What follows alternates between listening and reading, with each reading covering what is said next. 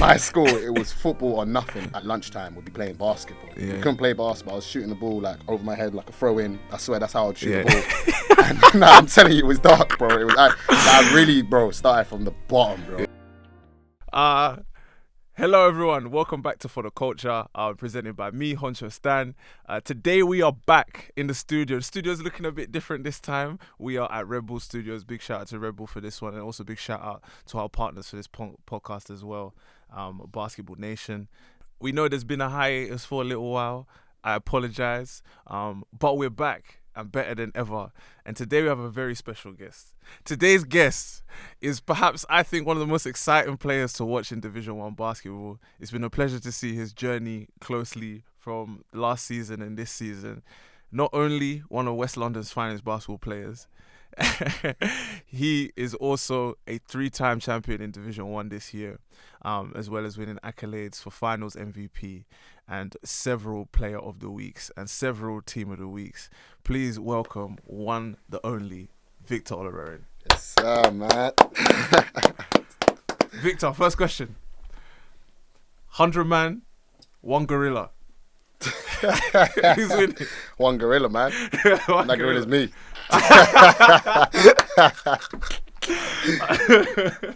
Okay, bro. We're gonna kick this one off, bro. First of all, man, thank you very much for joining. Appreciate you for having me, man. Bro, you've had a fantastic season. We always said we were gonna do this. Yeah, we spent a long time coming, bro. Yeah, long time coming from last year, man. For real. You've had a long season, bro. You've had a long couple of seasons. We're gonna try and chop up as much as we can in the time that we got. Mm-hmm. But for anyone that is watching, if you're streaming this on Apple Podcasts, thank you very much. Keep showing love. If you're on Spotify, thank you for showing love. But try and go to the YouTube. Please subscribe. Get involved. Follow us on socials. But we're gonna kick off the podcast. We're starting with your journey, bro. Wow. Tell me, bro. Tell me, where did basketball start for Victor Olarerin? Basketball for me started, I used to play football, bro, and I'm not sure you know that, but I used to play football, was aspiring for the Premier League. That was my dream. And then, I'm not going to lie, I got dropped from my football team, and then I was just What position did you play? Striker. Yeah. Goal scorer. Bags, man. Real bags, man. Ask about me, bro. Ask about me. But, stopped playing football at around, year 11. Year 11, I started playing basketball a little bit, playing in the park.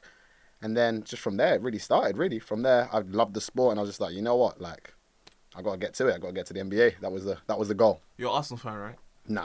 Chill out. Who do you support? Chill out. Man United, bro. You're Man United fan? That's not even worth saying, but not Arsenal. Fuck Hold on. that. I swear I saw you in a Rebels practice last year wearing an Oh, Arsenal top. That was for drip. My younger brother supports Arsenal, and the jumper was hard. The grey and yellow one. Yeah. But I'm far from an Arsenal fan. But that didn't happen. Okay, Yes. so tell me how you go from football. Where do you find hoops? Because football's everywhere. Yeah. But how did you find basketball? To be honest, we was just at the park. We used to play in the cage, play football, goal to goal, World Cup singles, all that type of stuff. And then there was always a basketball hoop on top of the goal. And one day I literally went to the park, no word of a lie, and there was a bunch of uni students playing 3-on-3. And obviously with us, man, we're just you know what, you guys aren't using the court. We'll play you 1-on-1, 3-on-3 for the court. So end up playing them, end up getting beat. But I just love playing basketball. Was there all day, just playing 3-on-3, 1-on-1s. And then from then I was just this is a bit of me. What park was that? One park in Ruislip, so where I'm from, Ruislip. So it's called Tweedale Grove Park. Yeah. What this is always a funny question, bro. What basketball shoes were you wearing? Because obviously you weren't a hooper at that time. Bro, so what were you wearing? You're a football player. Bro, I think I was wearing Astros, some Mercurials, some Mercurial joints, Mercurials, the Steven Gerrards, them ones. But I was playing in some Astros, would roll my ankle bears, had no sort of support, no grip, no nothing, wearing high shorts up to my my thighs. You still do that now? Yeah, come on, man. Still, I'm really a footballer at heart. That's what a lot of people don't understand. I play basketball. I'm really a footballer at heart. Still enjoy watching football more than basketball, to be fair. That's dope, man. Yeah. So what age are we talking around this that you started playing in the park and that? I'd say about 16. Yeah. 16. That's 15, late, 16. Yeah, mad late. Mad late. Yeah. It's about the same. I think I was playing basketball in school, just at school clubs and that, but you weren't doing that. No. You touched the park at 16. Yeah. I always say to people that, look, if anyone was playing basketball before the age of 6, this is just my opinion, before the age of 16, I don't know for you, bro, because in my school, it was football or nothing. If you weren't in that year, your year group football team, bro, you had, it was looking dark, bro. Yeah. So yeah. Tough. So who were you playing with in the park? You said you were going 3-on-3. Like who are the people you met in the park? I don't think you wouldn't even know none of them, but a couple of my school friends, one guy called Harmon, my guy Jordan, and my younger brother, really, Simon. Yeah. And my boy Charlie as well. My boy Charlie, yeah. Okay, that's dope, man. So, okay, cool. So from park, what's the transition? How do we go from park to, I don't know, playing on a team? Because that's 16. What were you doing 16 to 18? Because no national league, like all of that. What was that period? I think from the park, what happened was, so where these guys went to my school when we was at the park playing, it was kind of like, we loved it. So it was during the summer as well. So in our next year, we was just like, you know what, at school, we got to ask for like a basketball hoop in the school. We got to carry this on. And then we managed to transition like the whole, like all the football man at lunchtime would be playing basketball. We couldn't play basketball. I was shooting the ball like over my head like a throw in. I swear that's how I'd shoot the ball. And, nah, I'm telling you, it was dark, bro. It was I really, bro, started from the bottom, bro. So like ended up kind of getting into it a lot more in that sense. And then I remember we had a year 11 basketball team, and I was the only one that was kind of interested in basketball. I weren't even the best. Even out of the footballers, I wasn't even the best. There was some men that were better than me. And then from then, we started taking it a bit more seriously. And then I heard that there was a CBL, Central Venue League. Yeah. And that's when I was like, all right, cool. You know what? It's not a full season, but you get to play a game like every month or whatever it's going to be. So from then, that's when I was like, you know what? Let me sign up for that. And that was at Uxbridge College. Like, it was with Coach Leon. So I was just like, you know what? Let me get into it that way. Yeah. Like, do you still talk to Coach Leon now? Yeah, like we tap in here and there. Obviously, he's not in the country no more. He moved back to Jamaica, I think. But I'm not even sure. Yeah. No games. I'm not even sure that he's aware of what I'm doing right now. Really, like properly aware. But here and there, I message him like, yo, like, look, this is the situation. But I don't like really hitting people about what I'm doing. Really. Hey, I'm gonna hit him, yo, Coach Leon. Get to know, man. Shout out Coach Leon, man, and the guys know, man. Shout out Coach Leon, proper madman, but bro, shout out Coach Leon, man. That's tough, man. Tell me about your family, bro. Where you from? Come on, man. You know where I'm from. I know where you're from, but I want you to say. My mother's South African and my father is Nigerian. So, bit of a mix. Yeah. No, I was the first one born in the UK out of my whole family. So, I ain't got no family over here. My younger brother, he was obviously born here after. My sister was born in Zimbabwe. So, jeez. Come on, man. I'm telling you, man. My brother, come on, man. We've been brothers for long, bro. I found out I said, this is my guy for life. Yeah, bro. Man, South, bro. I know you mess with that Amapiano as well. Bro, shaking them hips, bro. Lord knows I see Stan shaking them hips, yeah. What you see, bro? Shout Luke knows. Luke was no, bro. Wow, him, man. We'll be shaking it. You might see us outside this summer. Nah, for sure. And if you do, mind your business. Yeah, mind your business. Come cheers up. Come cheers up with us. Bro. West London, top 3 players, go. Damani, Marley, Apoku, and myself. Respect. Yeah. Respect. For sure. Any honourable mention? Wow, man. I'm not gonna lie, the whole of West London can really hoop, bro. You get what I'm saying? Like, it's even me stating them names, it's local injustice to the man. There's so many guys that can actually, like, I think genuinely West London's got the best hoopers in London, like, period. But I think honourable mentions, obviously Zane's Northwest, so Zane would be in there as well. But yeah, those are the guys that I'm sticking on. Sticking by, and Jordan Gray, shout out Jordan Gray as well. Shout out JG, man. So let's talk quickly now about, so you've gone from playing under 18s, at this point you still haven't played club level. No. So after 18, you finished sixth form or whatever. What's next after that? So before I finished sixth form, obviously I went to college. So I hadn't actually quit football. So obviously after I got dropped from the academy I was at, obviously I went to Oxford College. Obviously the grades weren't really grading at school. Like I was, you know what I mean? So what were you like in school? Did you enjoy it? Yeah, no, I was. I'm not gonna lie, I was popular in school, but I was just a class clown. Naturally, naturally, bro. Like, I was on report every single year. I'm on report like every year without fail. These are telling me, yo, like your mum's got to come in. My mum's never coming in. So I was really just like one of those kids that had potential with sports, but in terms of everything else, I just genuinely didn't care about. You get what I'm saying? But from then it was kind of like, I think I was playing. So when I went to Oxford College, I initially went for football. So to join the football team. So I was playing for both teams, both football and basketball. And at Oxford College, it was kind of like the football season was going well, but the basketball season was kind of a bit shaky. It was a bit like, obviously Coach Leon ended up being our coach. Obviously played with like guys like Dean Maxwell, the Mandem, Stefan, Reese. So we played with a couple of those guys, and we were just holding it down really. And then after my second year, we got promoted from like, I think it was CBL to now ABL. Because we won, like, I think it was English schools or something. We got promoted. I forgot the name of AOC or something. AOC. Yeah, so we had one throwback. Yeah, mad throwback. That's what I'm saying, bro. So we got promoted from then to ABL. Now, in the year that we got promoted to ABL, in my second year, that's when we got promoted. Obviously, I was just like to myself, like, I'll be real, like, I don't see myself really going anywhere from Uxbridge College, innit? Yeah. And that's when, obviously, I had a guy called Kyle Hines, one of my closest friends, and he was like to me, he's leaving. Yeah. I was like, what do you mean you're leaving, bro? He's like, yeah, I'm leaving, bro. I'm trying to take this seriously. I was like, bro, you're not about to leave me in Uxbridge College by myself. Now we're in ABL. And obviously, Alec Reed, the sixth form that I moved to, was also ABL. Yeah. So I was going to see him, therefore. Yeah. So I was just like, I don't know. And Russell KD had just left OKC. Damn. You know what I'm saying? So I was like, man, like, I'm not going to be left. And then that's when me and Zane's relationship really grew from then. He hit me up and he was like, yo, bro, you got some real potential to grow. Like, let's do it. Yeah. Type vibe. And I didn't really know Zane like that, but obviously I knew him through Kyle. So I was just like, and I just made the decision. I was like, you know what? Message Coach Leon. And obviously Coach Leon had taken me from like school to like this point. So I felt like I let him down bears. And then obviously from then I ended up going to Alec Reed, which was more of a basketball sixth form. So there was no football, nothing like that. It was just simply ABL basketball. We done EYBL and all that type of stuff. And from then it was kind of like we're training every day, we're practicing. So that was kind of the next step, the transition, which kind of really got my foot in the door with this basketball stuff, to be honest. Live, man. So after Alec Reed, bro, you've done a lot of things since Alec Reed, bro. I'm sure if you went back to that school year, bro. I don't think they want to see me like that. Even as a sixth form, as a third year, like, you're supposed to be a bit more mature in that. And obviously, I'll be real, I failed my my maths GCSEs, innit? Like, and I just couldn't pass it for some reason. I don't know what it was. Like, so they had me in class. It was a sixth form. They had me in class with a bunch of year 11s, bro. And by these times, I think I'm like 17, 18. These kids are like 15 or something. And I just felt like, what am I doing in here? But like, from then it really, like, I think that was the big changing point in my life, like going there for sure. Dope, man. Yeah. So you played Bucks as well. Yeah.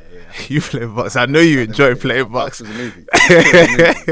So tell me about NTU. You're NTU first, right? Yeah, come on, shout out NTU, man. Tell me about NTU, bro. Right, NTU is a movie. So the way that came about was, obviously we had the ABL finals. Obviously we won ABL against St. Charles, against Damani. We beat Damani and them guys in the semi-finals. Damani played Bucks? Nah, ABL. Oh, okay, my ABL. fault. At the finals now, obviously I had quite a few universities that were hitting me saying like, yo, like, look, we want to offer you a scholarship to university. Obviously I won finals MVP on that year. So I was just like, all right, cool. I don't know what I'm going to do. End up going up to Nottingham. I heard a couple of my friends that don't play basketball were going to NTU anyway. Like Nottingham was like, Midlands is just a movie anyway. So I was like, well, I can live a movie and I can play basketball. By the way, at this point, what is basketball to you? Is it like, are you like, it's just something you do? Nah, at this point, after ABL, I was like, yeah, I'm going to America. Okay, so like, before I even went to Bucks, I had actually got offered a scholarship to go to America in Chicago.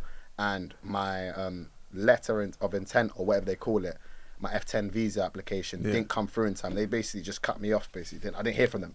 So I had no choice but to go to NTU at that point. And at that point, I was just like, you know what, I'm going to, that was my dream, to go to America, to be honest with you. So at that point, it was kind of like, this uni stuff, I'm coming for a year, but just know I'm not staying here for this. Like, I'm kind of just being outside for a year, doing what I got to do, and then obviously trying to move on. Type vibe. You clean up at uni? What do you mean? I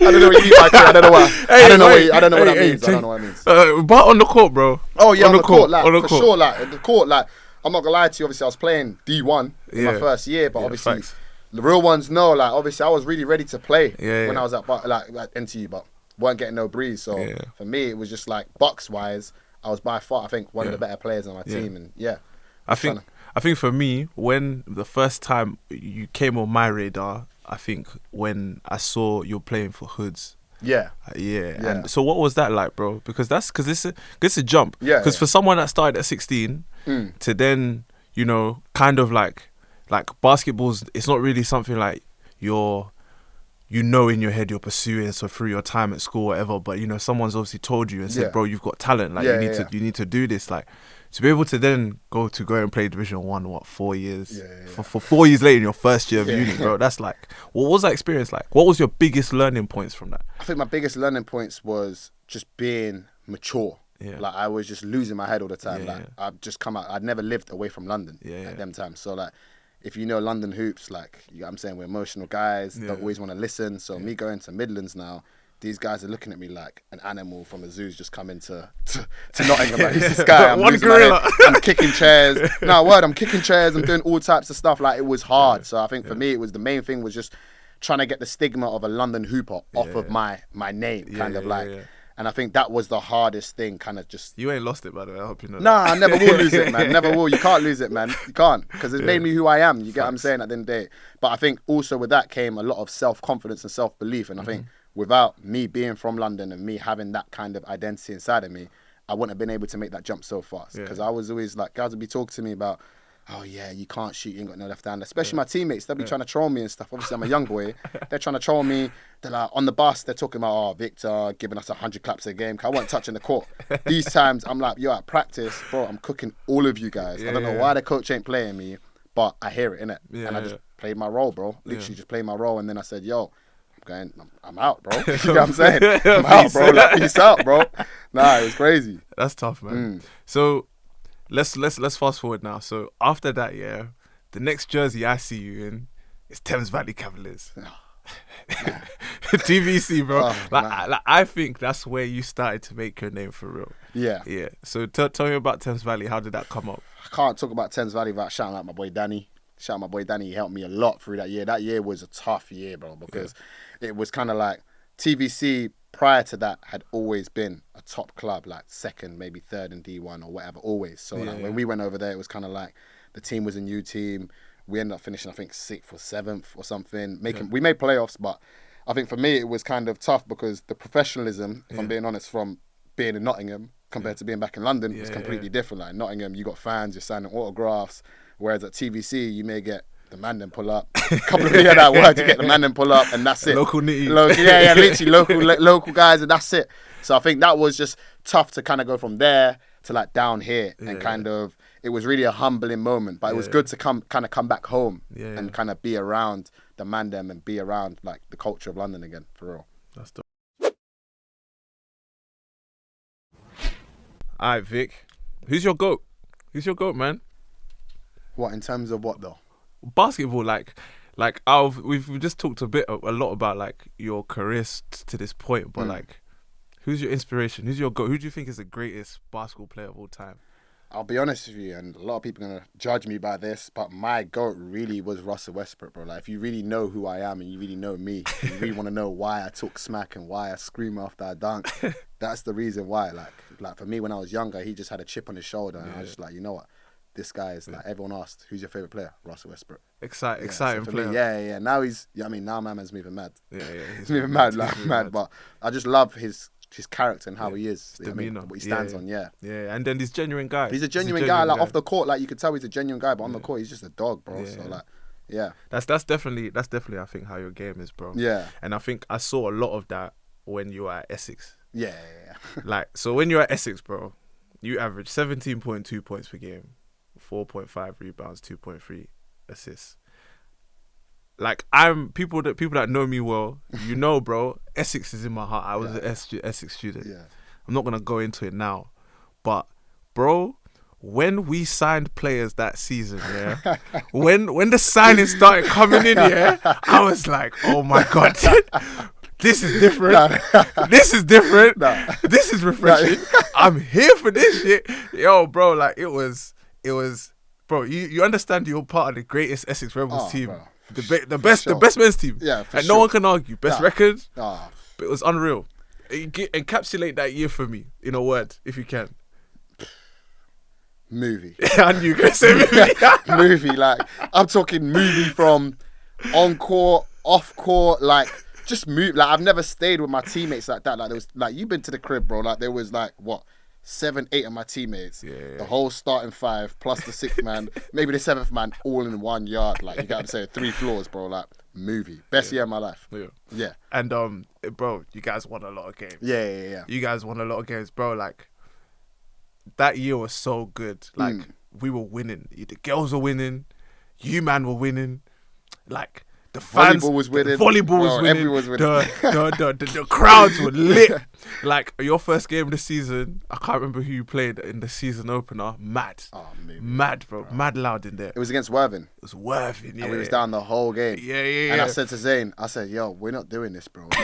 There's no way we just signed and everyone's hyping us up and we're about to get packed by Worthing at the crib. First home game. Like, nah, it's not happening. Impossible. Oh, bro. Live, bro. Obviously, bro, that was the interesting experience. Like you said, man, like you had to obviously live in like digs, right? You were like kind of still like in this like uni kind of environment, bro. How did you find that, bro? Because like you were the only one that wasn't a student. Yeah. It was kind of weird, bro, because it was like I'd obviously gone through the uni life already and kind of I'm on uni campus and like it had its like there was a lot of negatives from that type of situation, a lot of like immaturity around, like you know what I'm saying. But I think for me it was just kind of reminding myself that, you know, even though I feel like I'm old, I'm young. You get what I'm saying? We still are like living in the moment type vibe. So I think for me the dynamics of like the living situation, everything was kind of it was contradicted to what I was trying to do in my personal life in terms of like kind of grow and kind of become more mature. Yeah. But at the end of the day, I wouldn't change it for nothing. I'm so glad I went through that year and kind of lived with my guys and kind of made memories for life type vibe. Yeah, for real, man. Memories for life. Memories for life, bro. I got a quick question, bro. Are you a hero or villain? Man, it depends, man. To the whatever team I'm playing for, to the fans, I'm a hero. But I think for like 90% of the league, I'm a villain, bro. Like, I be talking real smack, bro. Like, I even watched back I walked back the game, and I was like, why am I acting like this, bro? And then people were like, on court, you're just a prick. But off court, you're the nicest guy ever. I think I'm a villain, bro. For real, I think I'm a villain, for sure. Well, you say that, but part of me doesn't really believe it, bro. I remember there was a moment last season, you said to me, well, I can't remember, we must have been like, I can't remember where we were, some random place. It was definitely in Colchester. And you said, bro, this is mad to me. Like, I've got kids coming up to me after games, asking me to sign autographs and stuff. Yeah. And you said to me, and I specifically remember this, bro, and it stays with me. It's like, bro, like, from where I'm from, guys never thought that stuff like this could happen. Nah. You don't understand, bro. It's just so taken back by this. I'm so grateful for this. Bro, that's not a villain to me, bro. Nah. Like so it might look like how it is on the court, but bro, you after every single game, you show your love to the kids. You gave them time. And I've been at Essex for a minute, bro. Yeah. And yes, that we had a lot more, publicity for like the team at that time. But like, as well as you guys getting it done on court, you guys made it exciting. You engaged with the fans. I think a lot of people that came to Essex Sport Arena when you played actually really, you made a difference to them, bro. Like, you made them want to come back. Nah, for sure.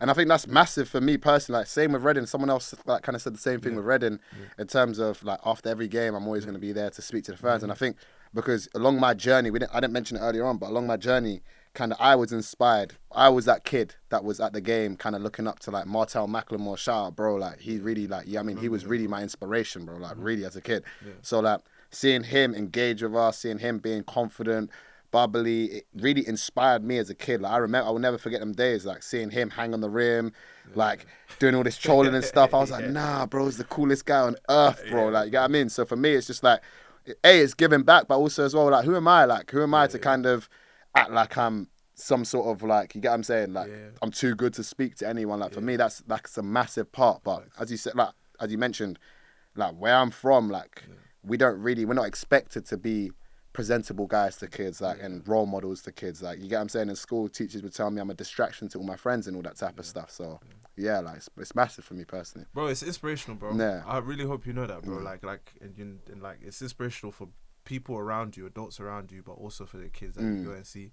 And yeah, man, I'm really happy that you shared that, because I think people need to know that. Yeah, nah, for sure. And bro, for me, the biggest inspiration is just trying to be as real as you can. Nah, we're all 100. trying to be as real as we can Nah, every 100. single day, bro. 100%, bro. And yeah, man, you do a great job of doing that for sure. Nah, I appreciate you, my boy. I got one thing I want to talk about. Yeah. It's gonna hurt. It ain't gonna hurt. It ain't gonna hurt now. Yeah. Blang, blang, blang. Yeah. It don't matter Nah, now. for sure. Bro, semi-final. In fact, forget that. Hold on. Rewind.